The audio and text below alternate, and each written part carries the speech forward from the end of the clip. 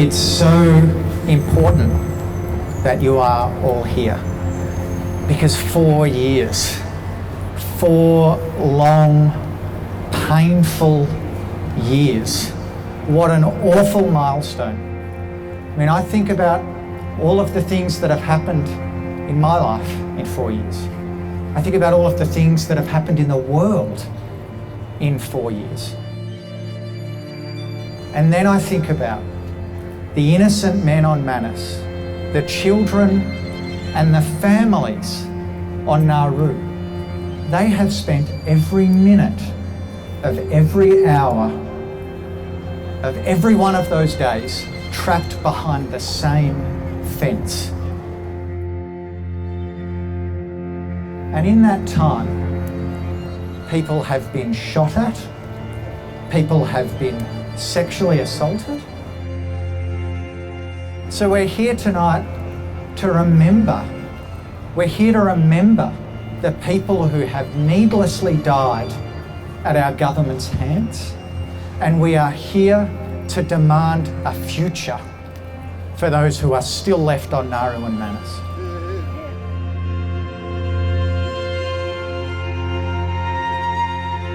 Australia has some of the harshest refugee policies when it relates to people seeking asylum on our shores, particularly those who arrive by boat. A policy of deterrence, which means that people who have arrived in Australia by boat are used as examples and treated extremely harshly in order to dissuade others from taking the same journey. We have a policy which has consigned 2,000 people to endless limbo in remote islands. What our government does is holds them there for an indefinite period of time. And they do that with old people, they do that with people with disabilities, they do that with babies, they do it with everybody. But the reality is that if you let xenophobia and fear triumph, and you start to say, well, we are allowed to do certain things to this group of people that we would not think of doing to our own people, then that's a really dark pathway.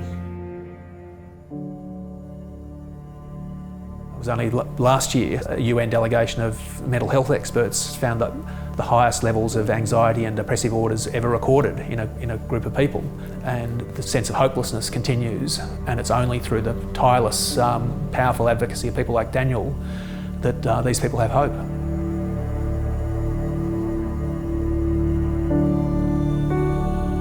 There was a number of people who had been brought to Australia for medical treatment, and as they were concluding their medical treatment, the Australian Border Force and Serco Immigration Services were forcibly putting people on planes and taking them back to the camps on Nauru and Manus. What happened at that moment is that Daniel and his team just didn't give up. So the Human Rights Law Centre went, okay, so we've been done on a legal technicality, but we're not going to stop there. And then they brought in Get Up, which is a national campaigning team, and put together the Let Them Stay campaign. It is fundamentally wrong to condemn these people to a life in limbo on a tiny island. Daniel called me because he said, I have 267 clients who are relying on this case, protecting them from being sent back to certain abuse in Manus and Nauru in the offshore centres. And he said, I think the legal grounds could be exhausted and I want to run a campaign. And it got massive support. Every single state premier supported what was called Let Them Stay. And before we knew it, we had swung public opinion in such a way that all of these people who we thought after the case would be immediately sent back offshore in a forcible and horrific way were suddenly being released into the community with their children. And a year and a half later, we have more than 300 people who are still in Australia living in the community, not in Manus and Nauru, because of that campaign.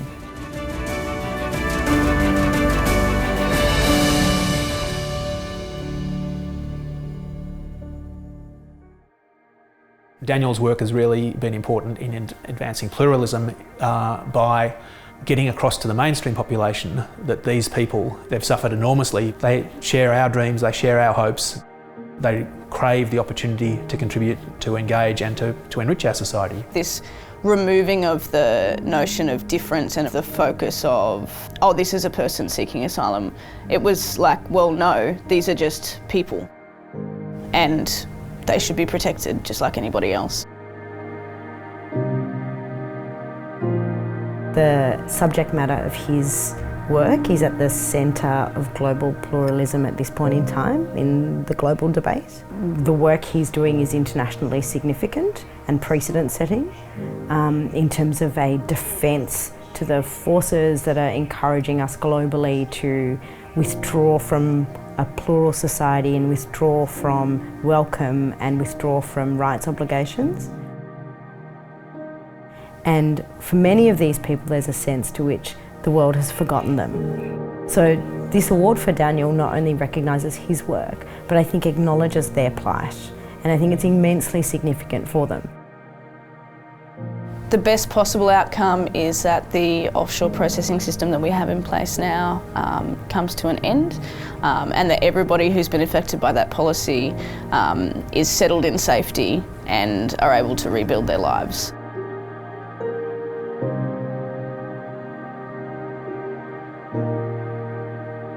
At the heart of pluralism is valuing and respecting difference, recognising that all people, whoever they are and whatever they do and wherever they come from, deserve basic decency and respect.